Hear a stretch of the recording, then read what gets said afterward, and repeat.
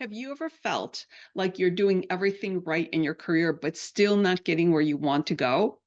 Today, we're tossing out the old playbook on leadership and we're exploring a new way to stand out. Hey there, welcome back to No Woman Left Behind. I'm Rosie and I'm glad you're here. We are going to be diving into something that has been on my mind a lot lately. How can you show up as your real self, as an authentic leader without following outdated rules? So, in this episode, we're going to talk about why the old school idea of executive presence might be doing more harm than good, how you can start showing up as the real you at work, and why reverse mentoring could be the game changer you didn't know you needed. By the end of today's chat, what I would love for you to have is some principle and practical tips to start leading in a way that feels true to you. No more faking it. That whole fake it till you make it is out the door. So I'm really excited to have Katherine Lazaruk with us today. Katherine has a fresh take on professional presence that I think you're going to love. I know I certainly loved this conversation. She is all about helping people lead in a way that feels genuine and true to who they are. Katherine has a background in music, education, and coaching, and she's got the credentials to back it up. She is a certified leadership coach and professional certified coach, and she has spent years helping people show up as their best, most authentic selves at work, which I think is super cool. So if you're ready to rethink what leadership can look like, stick around. This conversation is going to be a good one.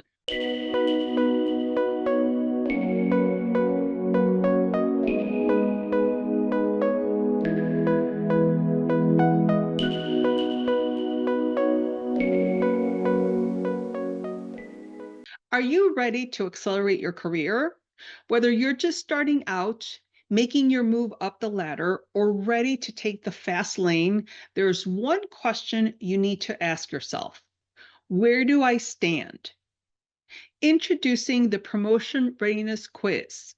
In just a few minutes, discover if you're an emerging leader, a progressive pro, or a career trailblazer.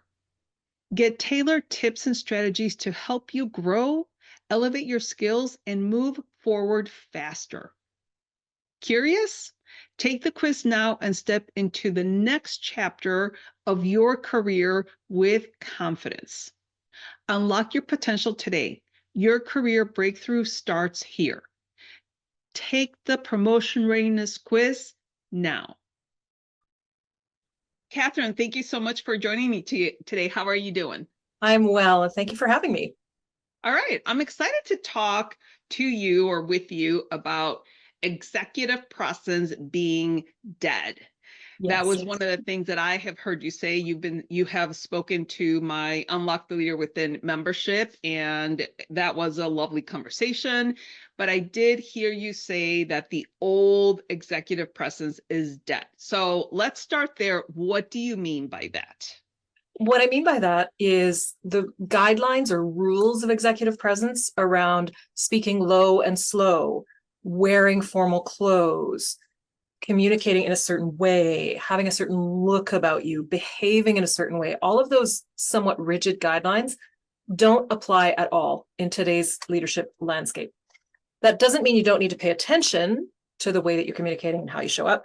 But what's happening now is finally, I feel the executive presence community is catching up to what I've been saying for the last 15 years, which is be you, really be you.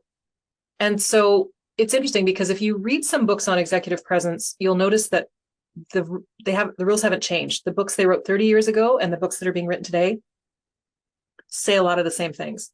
So what I'm really trying to do is come forward with this new idea of executive being. Not executive presence, executive being. Who are you being in the moment? How are you showing up as your whole self and as your real self? And that can be really tough for people who have come up in the corporate world and are very experienced leaders and have had to learn how to mask and learn how to be compartmentalized and learn how to have a poker face about things, right? Be non-reactive. Yeah. And I think that's cut us off from the humanity of leadership a little bit. And now we need to bring that in. So that's what I mean when I say executive presence is dead. All right, so that totally makes sense to me. And that kind of brings me to when I used to watch the news when I was a kid, all the anchors were very straight faced. They were very like massive, like these suits, like buttoned up. And now when I watch the news in the morning, they're goofing around, they're having fun, they try to do goofy contests and stuff like that. So to me, that's the almost the analogy between the old executive presence and what you're talking about, which is being you. Would you agree with that? I agree. I noticed that like it's important to take important things seriously, Yes. and it's important to be playful. And we need to find a nice mix between the two of those things. Because if you are speaking as a leader and you only show your expertise and you're buttoned up all the time, people won't respond to you very well. They'll think you're cold, or they'll think that you're arrogant, or they tend to think you're kind of a jerk if you're only expertise all the time. You need to show your humanity and your expertise in equal measure. If you show only your humanity all the time, if you're oversharing, if you're breaking down in front of people, if you're, without good learning behind it or good purpose behind it, then people won't respect you as a leader. So it's finding this place of sharing yourself without oversharing and without being too buttoned up. Hmm. It's a fine line. And is this where we, in the leadership roles, because I have been an executive vice president in my past job. Mhm. And so bringing in your authenticity, and I would always say things like, I can't really share much more with you, but this is what I can share. And Yes. so trying to also bring in that humanity piece, because I think for so many years in the corporate world, it was almost like when you walk in that door, you better leave your suitcase of problems and your baggage out in the hallway because I don't want to hear it. Exactly. Whereas now, I think a lot of people, a lot of leaders are understanding that they're dealing with human beings and Mhm. not robots. Right. And that's how I think the executive presence is evolving. But I know you have a framework, the 3 C's of credible presence. So why don't you walk us through the first C? I can do that. And I want to just make a comment on what you just said, though, about leaders making people leave their baggage at the door. And people don't operate like automatons. And sometimes I think leaders are afraid of opening that door because they're afraid it's going to be a big can of worms and they're going to end up as a dumping ground for someone's therapeutic concerns. Yeah. Right. Which is that's legit. Mhm. But what they don't seem to understand, or they haven't quite found the way to do yet, is to acknowledge that someone's having a challenge and acknowledge, yeah, it might be difficult to work today. Okay, we'll just allow a little extra time for that. Or we'll just allow if you need to take a break. Or that it's understanding what's happening in order to make allowances in the schedule or allowances in the expected production. Like, for example, I was supposed to have an interview with someone today and his daughter's in the hospital. Like, that's not, nothing is, business is not that urgent. Right. Shareholders are not that urgent. And I think that, we need an expectations check on that in business in general. So I just wanted to make a point about that. But yes, framework. It relates to this because I think that you cannot be fully present without being whole and considering your whole self. It's pretty easy, or was pretty easy in the past before social media, for people to craft a certain image and just show up a certain way in a very narrow window, and for people not to really know anything else about them. And now our world is much more holistic. We're much more connected. People see you in different contexts in business and elsewhere. But when you think about your presence, it starts with who you are. And the first C is character. Hmm. I think that who you are at 4 is who you are at 104. At the core of who you are, your character doesn't change. Like, the essence of you doesn't change. And your character is also built by your value sets, how you move in the world, like what kind of person are you? So the first C is to really know yourself very, very well, and to know what you like and you don't like. For example, my family is thinking about planning the reunion in 2028, and they're talking about doing it at a very remote camping location. And in my mind, I'm like, no. Yeah, camping does not appeal to me at all either. Hothouse flower. Now, would I, if they decided to go ahead and do that, would I Yeah. Okay. I would tough it out. And it would be an experience, and I would chalk it up to an experience.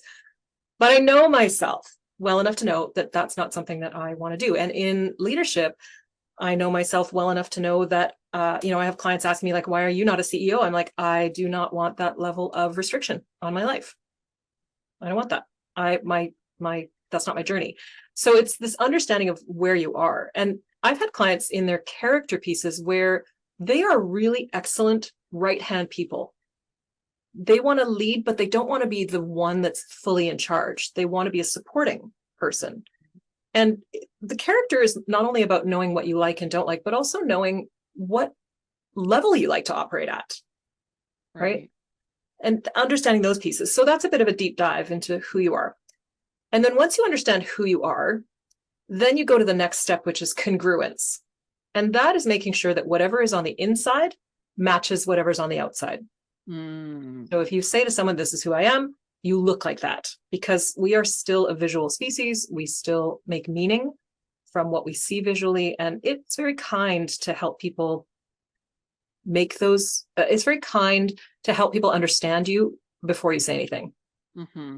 Yeah. So it's nice to have that kind of congruence. So if you're a banker, you're probably not going to want to dress in long flowing robes and a lot of crystals, unless it's a very progressive bank, because the industry isn't quite there yet, right?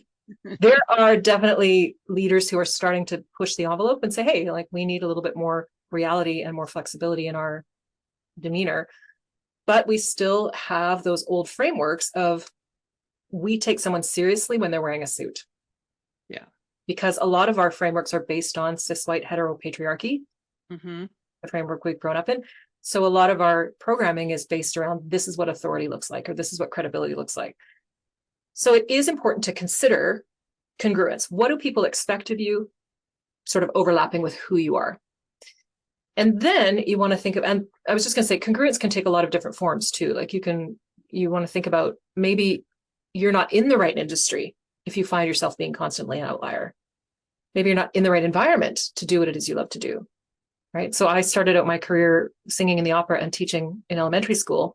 And both of those environments weren't great for me, because even though I love to sing, and even though I'm really good at it, and even though I love to teach, and even though I'm really good at it, those boxes were not the right boxes for me to exercise those skill sets. So congruence is not only about what people expect and who you are, but also like the level at which those things overlap. And that's worth doing some thinking about. And then finally, let me ask you a question about the congruence. What happens if you are in an office space and you don't fit in, meaning that, let's just say that, I'm a female and I dress very with a ton of color, or I wear wigs, or whatever it is that, and people are like, oh, they look at you and they look at you and you feel self-conscious because you can very clearly tell that they're judging you in some way, shape, or form. right.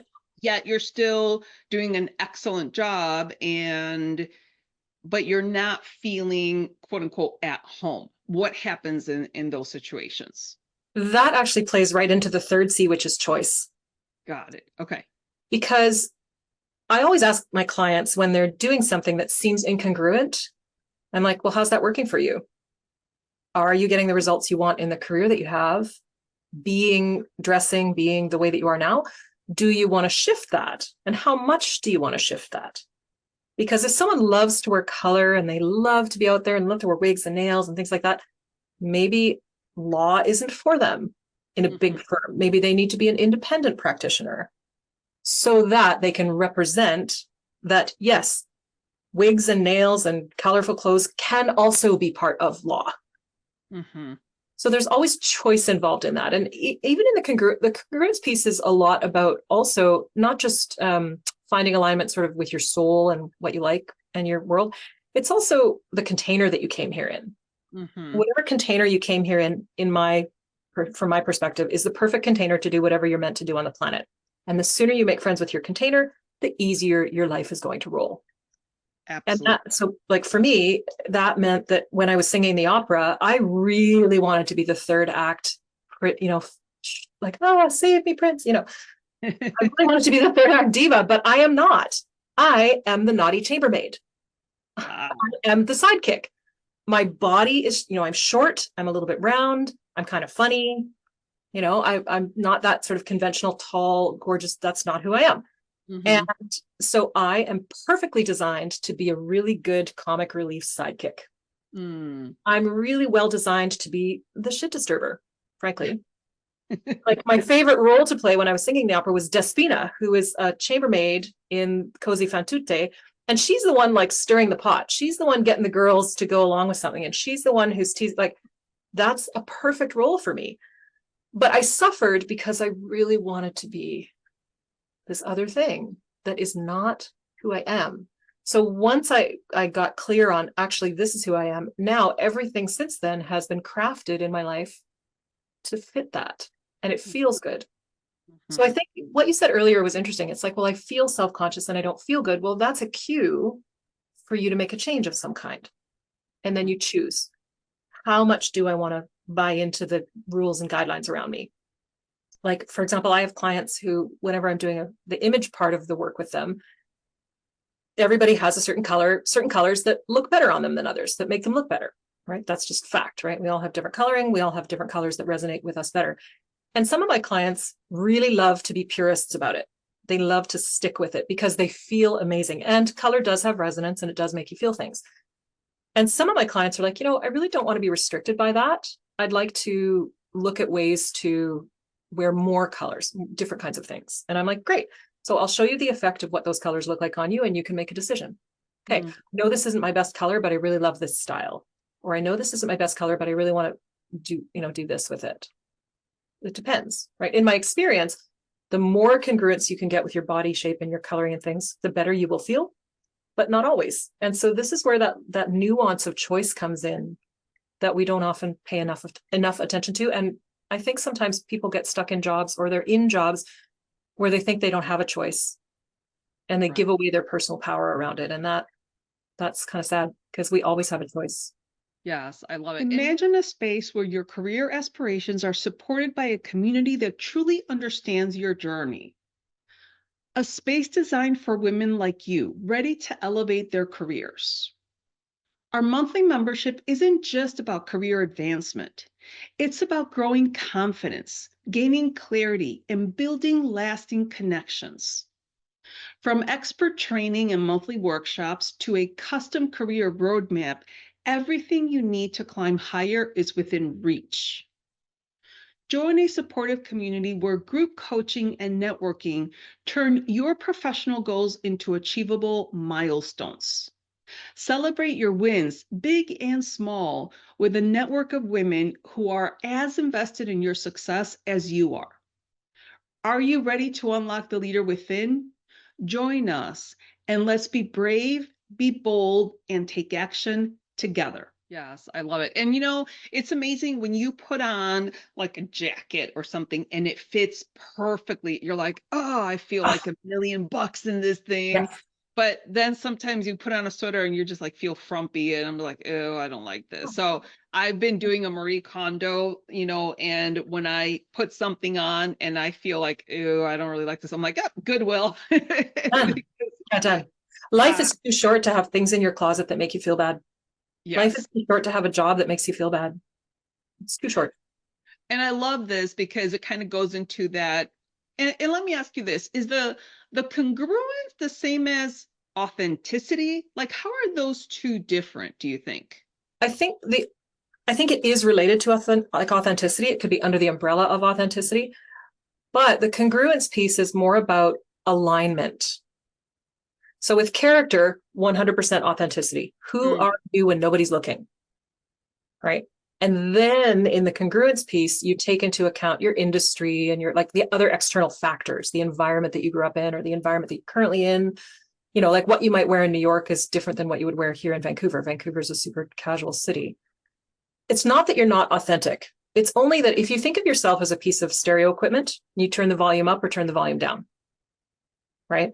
So you can turn up the level of formality or turn it down, but still be authentic. If I had to be in an environment where I wore a suit every day, I would not, well, I mean, I wouldn't mind, but I would definitely be having to wear suits that really suit me. Like I'd be Mhm. wearing colors, I'd be wearing patterns, I'd be wearing suits that had different cuts and kind of funky things going on in them.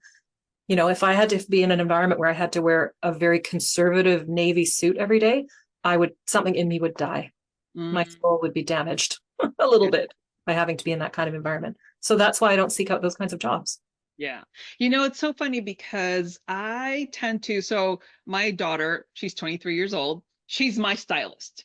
Okay. And she will come shopping with me because she's like, Mom, stop wearing blacks, browns, and whites. It's like, and cardigans. I used to have I had cardigans in all colors. And she's like, stop wearing this stuff. And I'm like, but that's what I'm comfortable. And she's like, but that's so old school. So Yeah. some of us that have been around the block, sometimes need to really look at our wardrobe and be like, okay, this is making me look a part that I don't want to represent, like uh, an old style librarian or something. I don't want to be an old style librarian.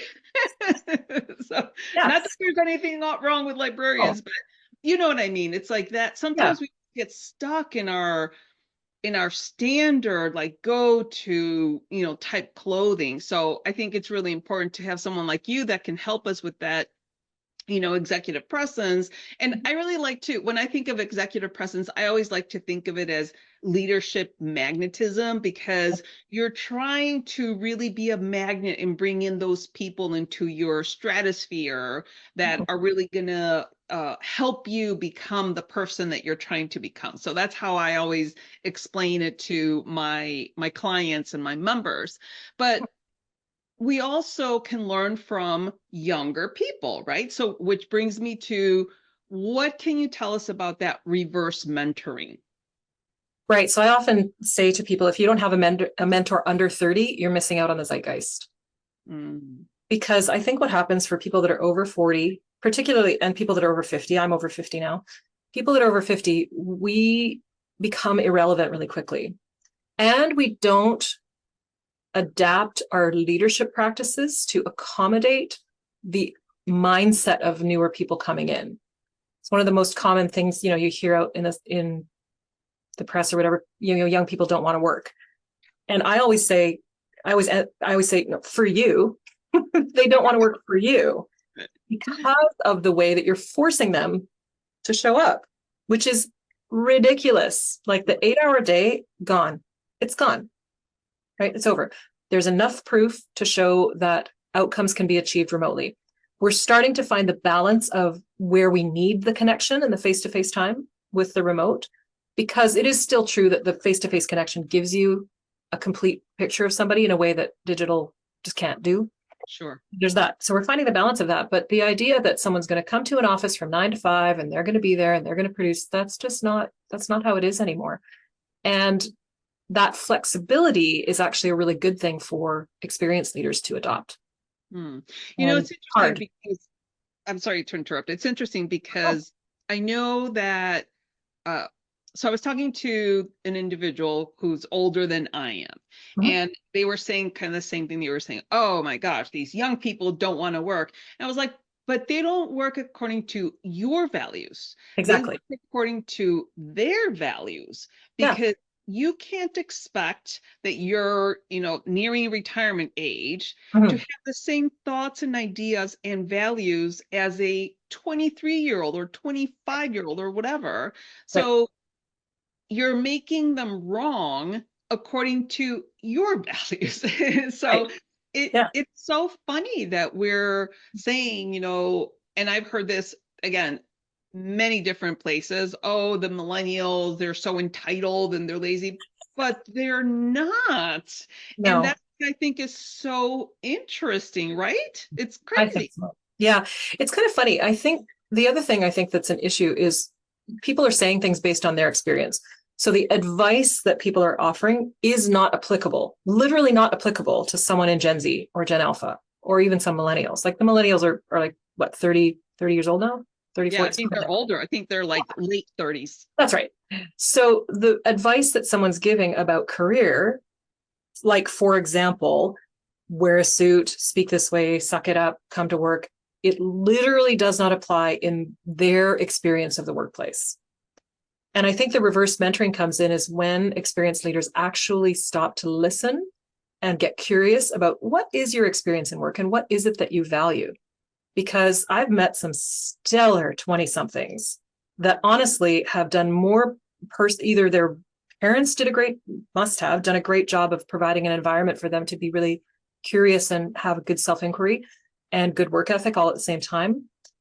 Because some of the personal development stuff that they already know or they're already working on are the same exact personal development things that I have clients in their 40s and 50s working on now, because they understand more about how humans operate. Right. And I think a lot of our old logic tried to strip away a lot of that, tried to make us more mechanized. And so leaders that are over 50 are going to have this idea of, no feelings, move forward and have that kind of rigid view. And it literally does not apply anymore. Yeah. People are wanting to know who you are. Yeah, absolutely. I agree. And who can blame these young people either, right? It's like, who I wants to think numbers are great.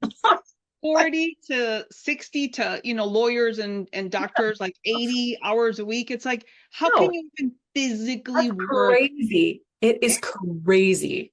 And I think this is the thing too, is I know some of the big professional services firms are really struggling with this because they've had the culture of burn and churn for so long.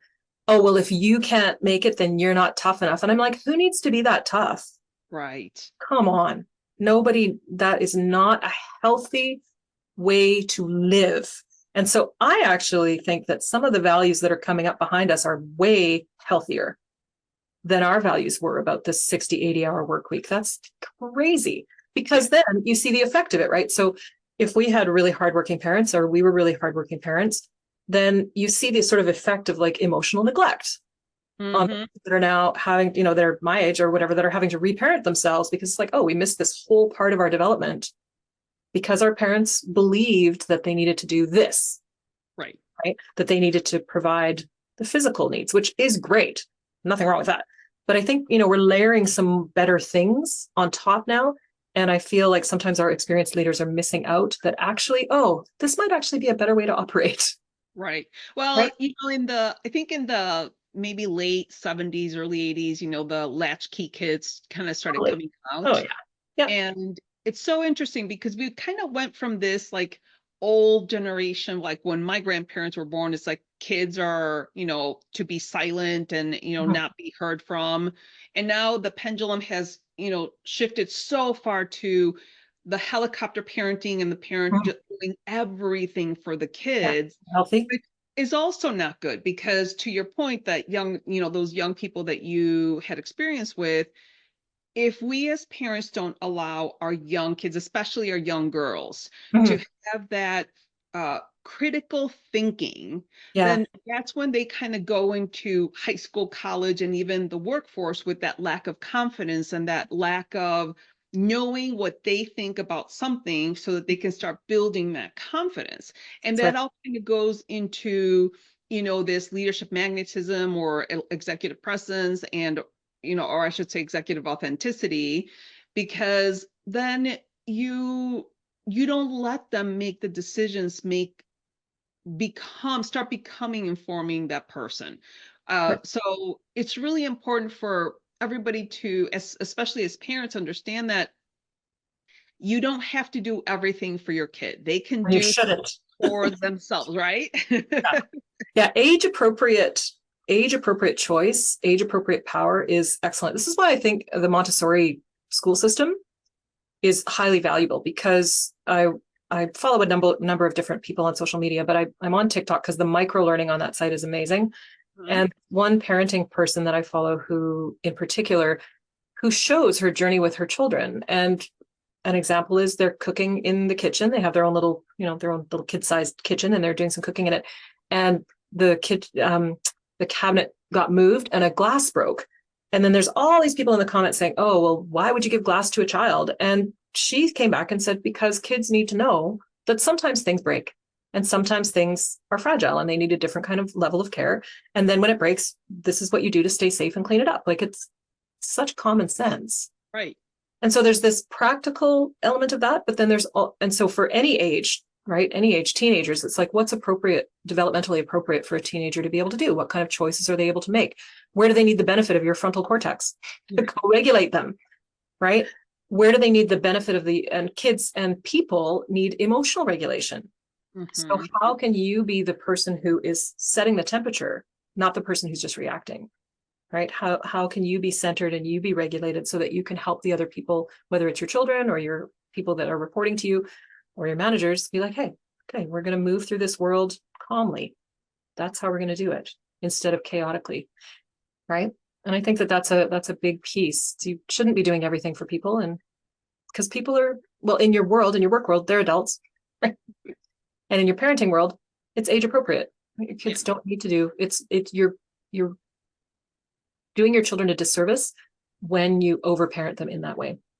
Absolutely. Now, okay, so if you were talking to a woman in the corporate world that is trying to figure out how to get from a place where they feel stuck in their careers and they're trying to advance in their careers and they're trying to establish themselves more as a leader, even if they were individual contributors, what would you recommend for them to start doing? Be more visible immediately.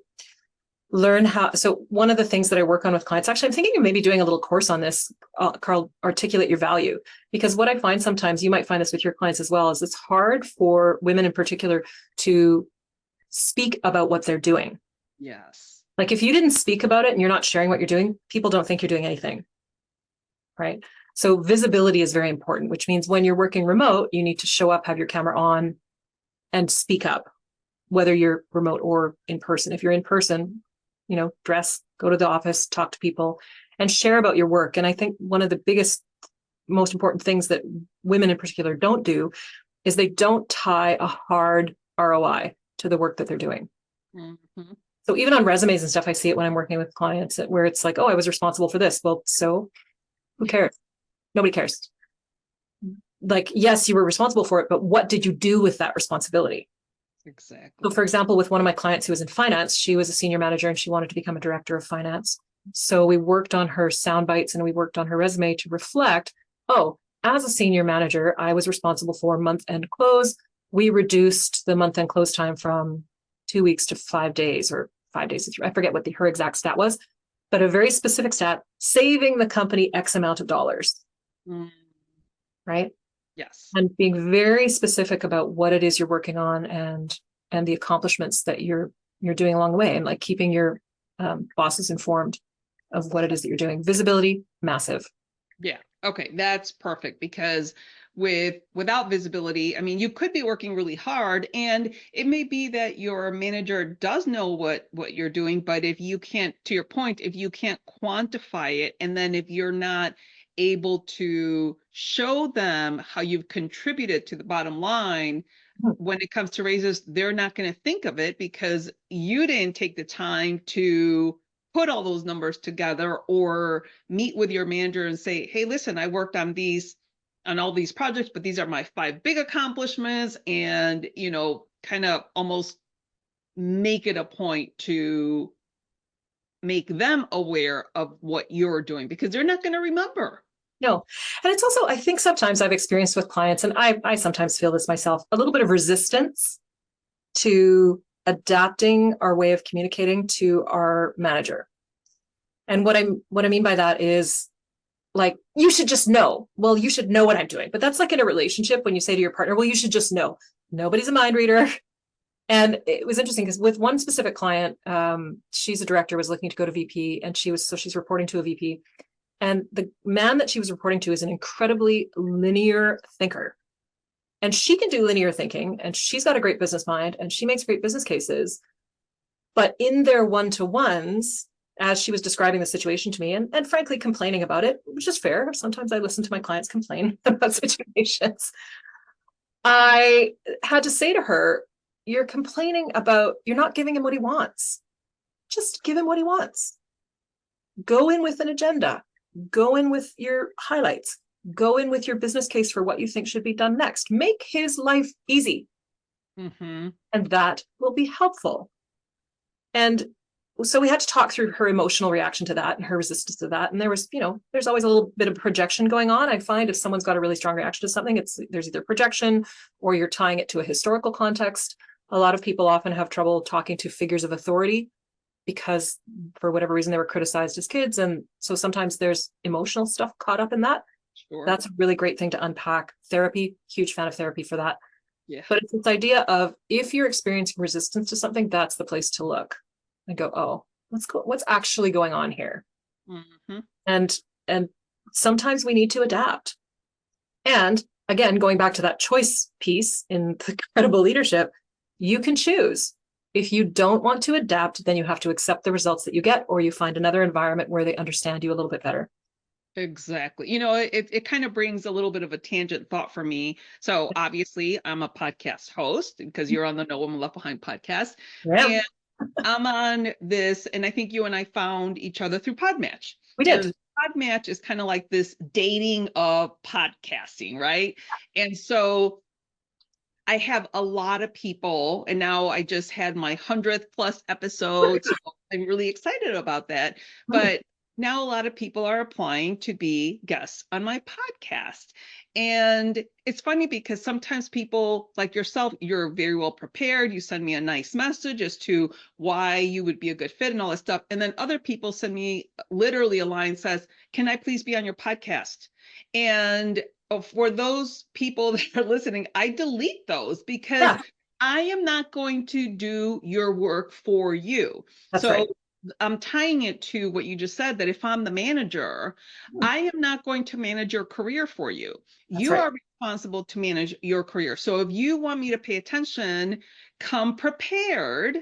Exactly. And that's the difference. Like when someone pitches my podcast and they're not prepared and they don't tell me how they're a good fit and why they should be, what they're going to bring for my audience, for my show, whatever, then I just don't even bother reading those anymore. And that even brings another thought, like when my sister, one of my sisters has always worked for a small company, when people would apply, and this is like in the olden days when people would mail in the resumes, if they mailed a resume and the envelope was handwritten, she would just toss it in the trash. She would not even look at it. She would not even open the envelope. And I'm like, oh, are you kidding me? She's like, yep, it's an easy way to, discard those that didn't even bother to type the envelope. So that's kind of like a modern example of what I was just telling you about my podcast.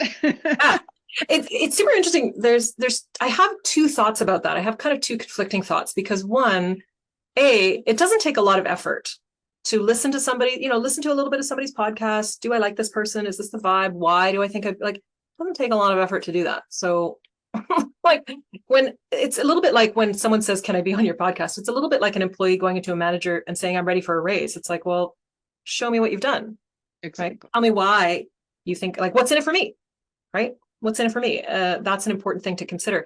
And then the interesting thing about the access piece, like where she would just toss out somebody's handwritten thing, I understand the importance of a level of attention to detail. And I sometimes want to check my privilege around access. Mm-hmm. Like if just in the example you gave specifically, I understand sometimes we just need a way to sort and that's what happens, which is kind of unfortunate. But I think about, well, what if somebody typed up their resume and then didn't have access to a typewriter, but they're still really great at what they do? Or, so it's just my own personal little spidey sense that goes, So sometimes I think about stopping and questioning the guidelines that we use. And I also understand sometimes the need is to adapt to the guidelines. So this is kind of a fun exercise that I've been doing now for all this time, thinking about how much do I want to adapt and how much do I need to try to change the system? And it's so interesting too, right? Because at the very beginning of my podcast, I absolutely try to respond to every single inquiry. I looked at everybody's profile, but as you evolve and you continue to grow, and now that I have, 40, 50 people applying on a regular basis, I can no longer do that. So it's just a whole process of management. But again, it goes back to a leader. If you are trying to get promoted, you need to do the work. You need to show your work, like in math, 100%. You have to, you can't just, talent will take you a long way. Right. It will take you a long way, but it won't take you all the way. Like there is still personal Absolutely. work that needs to be done, internal work that needs to be done.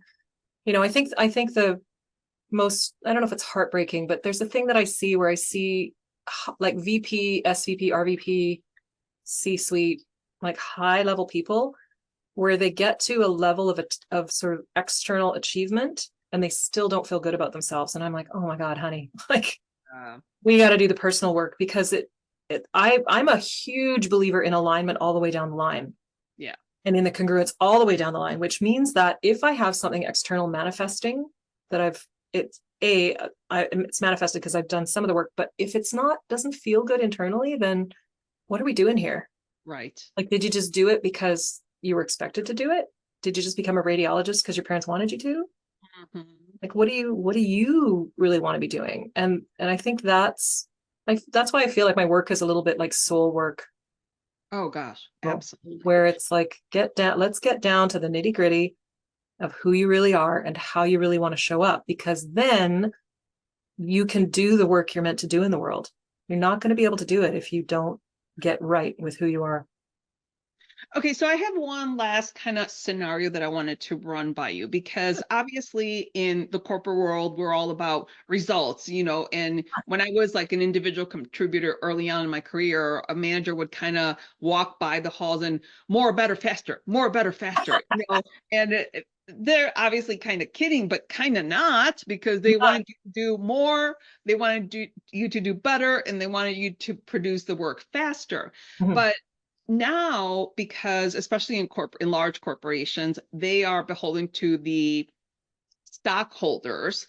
And so I've always had this uh feeling that if the leaders, and not necessarily the really high like C-suite leaders, but the senior leadership would actually just talk to the people that are at the desk, Mhm. that are actually doing the work and implementing all of their big ideas that kind of trickle after like 5 or 6 levels of leadership. Yeah, You know, because a lot of times these strategies or the next big thing that's going to, come down the pike, they're created in 6 levels above you. that's And right. then you never really know how that's going to trickle down. And the one thing that I always found puzzling, because even as an executive vice president in my old corporation, I was in charge of learning and development for my team. Nice. And I would always make it a point to try to talk to the people, Yeah. to the individuals. So, what is your take on that? And again, kind of going back to my example of I get too many applications now for my podcast and I can't sift through them all. How do we reconcile that? I think it's really important to listen to your frontline people. I don't think that I feel sometimes companies, particularly kind of old school companies, they're all top down. Here's the direction, do it. They don't do a very good job of bottom up. They don't do a very good job of understanding that something is untenable or something isn't working. Or if there's a process improvement, they don't always want to implement it. So Mhm. I definitely think that leaders do need to be regularly taking input from people, and not just through engagement surveys, because people can say whatever they want on engagement surveys. Like, I don't think that's useful. Boots on the ground, even if it's just once a month, you're going to go walk around and talk to people and find out who's doing what, and just, get the scuttlebutt down at the water cooler to connect with people. And I know with very, very, very, very large companies, it's impossible, as you say, because you have just too many things to manage. But then it becomes 100 times more important for you to be strongly connected to your executive, for your Mhm. executive to be strongly plugged into their next level down, for the next level of like directors to be really strongly connected to their senior managers, and for the senior managers to really be good at getting the feedback from the frontline people. So each level needs to move into lockstep, and the people on the front line need to understand what they're contributing and why, Yeah. what their work actually means to the company. It's like, hey, if you're doing this chunk of the work, that's awesome. Here's how that chunk of work ties into us achieving the larger vision. Here's how your contribution directly impacts. Here's the stuff that you're responsible for that directly impacts the company and the revenue and how we do and our daily work life. So I think it's that tightening up of the relationships on each of those levels and the tightening up of the communication across the company, up and down, to make sure that everybody's being heard, seen, and valued. And that's why I think, like, when I wrote about it in my book, Executive Being, Humanizing Business One Leader at a Time, one of the things I talked about was really bringing this humanity into things, saying, hey, we're all working towards a vision. This is a normal amount for people to work. If somebody wants to work more or less, if somebody is driven this way or that way, let's find the right fit. And it's like in Good to Great, they talked about finding the right seat on the bus for people. I think that's important, but it's also really important to find what kind of seat, right? It's not all the same set of seats for people. It's not just putting people interchangeably in and out of seats, but it's also really figuring out what's the best fit for the people in the company and how the company needs to change to accommodate the diversity of people that are coming in. Because that's the other thing I see sometimes is companies want people to come that are different thinkers. They're like, yeah, we can harness this innovation by bringing all these diverse voices to the table. But then when the diverse voices come, they don't stay because the table is uncomfortable for them. Right? You're not preparing the table for people with their whole selves. So in the book, I talk about practices for humanizing yourself as a leader, but also how it works at work. What you need to do to start preparing the table for more different kinds of people to come in and help you grow your vision and grow your work. I love it. And I know your book is coming out in October-ish or so. It's in October. It's available for pre-order now on Amazon. And I already pre-ordered the book, so I'm excited. And did you send me, okay, so whoever pre-orders, if you send me a screenshot of your receipt, then I'll make sure that you get in on the bonuses. And we're going to do signed book plates. So you get a book plate that's got the author signature on it, my signature. And then we're going to do an exclusive Q&A just for pre-orders. Oh, I am so excited about that. If you want to get the bonuses, you got to do the work. You got to send me the screenshot of your pre-order, and then I'll make sure that you're on the list for those things. You and anyone else who would like to order. That sounds amazing. Okay, so I'm going to shift the conversation a little bit to your career. So you are obviously an image consultant, right? And, yeah. Or you know, it's funny. I say professional presence expert because that encompasses the image consulting part of my practice and also the executive coaching part of my practice. It's kind of an interesting intersection. Yeah, I really like that. So how did you become a professional presence expert? Because you said you were in teaching before in opera. Yeah, so I have a million different things. And I don't want you to kind of go back to when you were born, but how did you make that transition into a professional presence expert?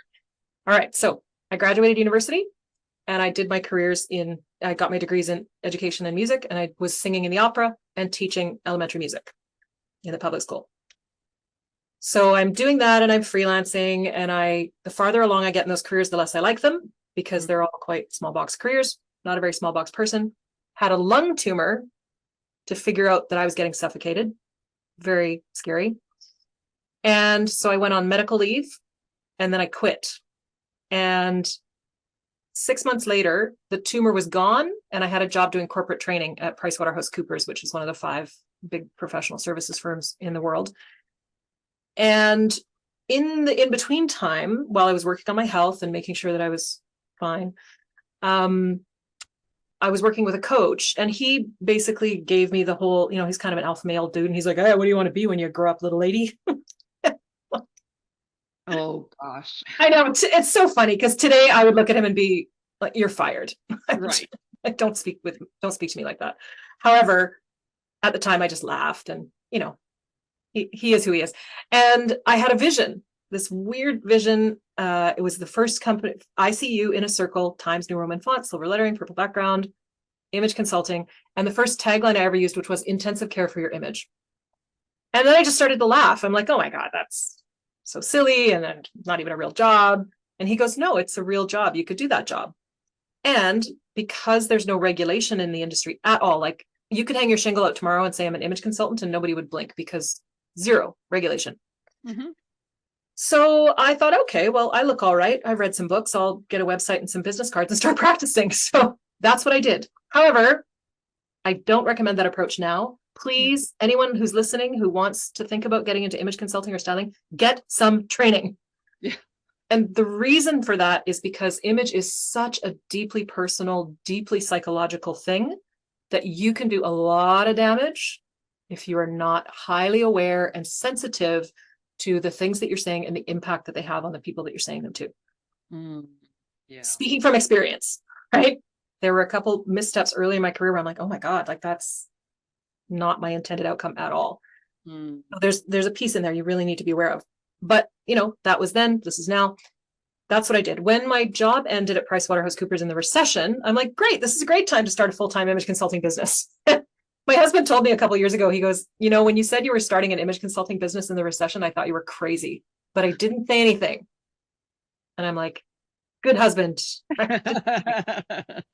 That And so then, so I was practicing and I went and got my training. So then I went and got my certifications in image and advanced image consulting here at the International Image Institute in Canada, in Ontario.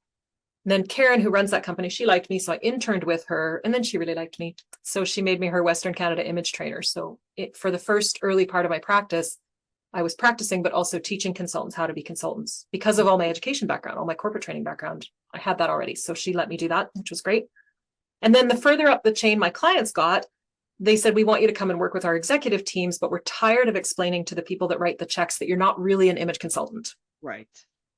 So we need you to change your business name because image consulting was too narrow and the optics on it were not that great. Because they're like, well, why would I hire an image consultant to help me with this communication issue? I'm like, that's what we do. But right. So the perception was tricky.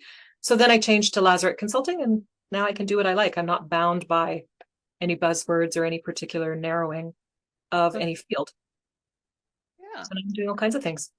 That is amazing. Okay, well, Katherine, you obviously have shared a ton of incredible information with us today. If there was one actionable tip that you would leave with the audience, what would that be? Go within to go without. Ooh, I like that. Say a little bit more about that, please. Go within to go without. So if you want to have a different kind of external result, you need to do the inside work to make sure that it's aligned with who you really are and what you're really meant to do. Don't go running around chasing something just because it looks good on somebody else. I'm doing some work right now with a woman named Kate Northrup, and she's fantastic. Her mother, Christiane Northrup, wrote Women's Bodies, Women's Wisdom. And Kate has her own body of work that's fantastic. So I'm doing a course with her right now called Relaxed Money. But the funny thing is, it's actually a lot about being embodied. And I was on a call with her yesterday and a fellow named Noah Levy who does publicity and talks about being visible in the media. And he said, we've all heard the phrase compare and despair. Yeah. But what he said that was so brilliant, and I highly encourage you to check out both Kate's work and Noah's work, is observe and swerve. I'm like, oh my God, that's so amazing. I'm going to use that all the time now, where you see something, you like it, you don't like it, okay, how am I different? Mm-hmm. And the only way you can do that is if you start to build the confidence and the safety in your body and the safety in your world in order to get out there. So that's why I say go within to go without.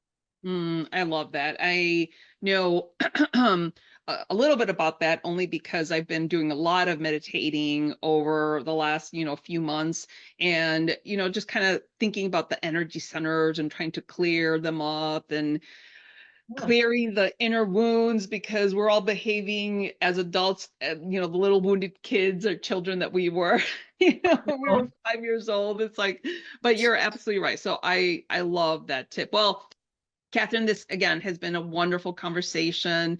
Thank you so much for sharing all of your wisdom and all of your wonderful knowledge and expertise. And I really appreciate you. I really appreciate you inviting me to be here because without podcasts, there would be nobody for me to talk to. All right, wonderful. Have a great day. Thank you. You too. I am just tickled pink with the conversation that I just had with Katherine because it was packed with insights. So let's go ahead and quickly break down the highlights. The very first thing is that we learned that old idea of executive presence is out. It is gone. It is time to embrace who you really are. So that's identifying with who you are authentically and bringing your whole self to the workplace. Second, Katherine's 3 C's, which are character, congruence, and choice. And they are the new guidepost for authentic leadership in the workplace. And finally, reverse mentoring isn't just a buzzword. And I can attest to this because my kids who are 23 and 26, they're constantly teaching me things. So I love this reverse mentoring, but reverse mentoring is really a powerful way to stay ahead in your career and connect with those younger people. They learn from you, you learn from them. So it's awesome. Catherine's quick tip is this: go within to go without. So she says, start by aligning your inner self with how you show up at work. It's simpler than you think, and it makes a huge difference. And if you want to dive deeper in with Catherine and all of her goodness that she has to offer you, you can find all of Catherine's links and resources right on the episode website, including the link to her book, which is Executive Being, Humanizing Business, One Leader at a Time. If today's chat got you thinking about your own career, don't forget to take the promotion readiness quiz. It is a fun way for you to see how close you are to landing that next big promotion. And hey, if you're ready to take things to the next level, please check out the Unlock the Leader Within membership. It is an amazing space to grow, connect, and really shine in your career with other like-minded, amazing women. You can grab the links to the promotion readiness quiz and the Unlock the Leader Within membership right on the episode website as well. Remember, today's episode was all about aligning who you are with how you lead. It is a no-brainer when you show up as your true self, and everything else falls into place. So as always, remember to be brave, be bold, and take action.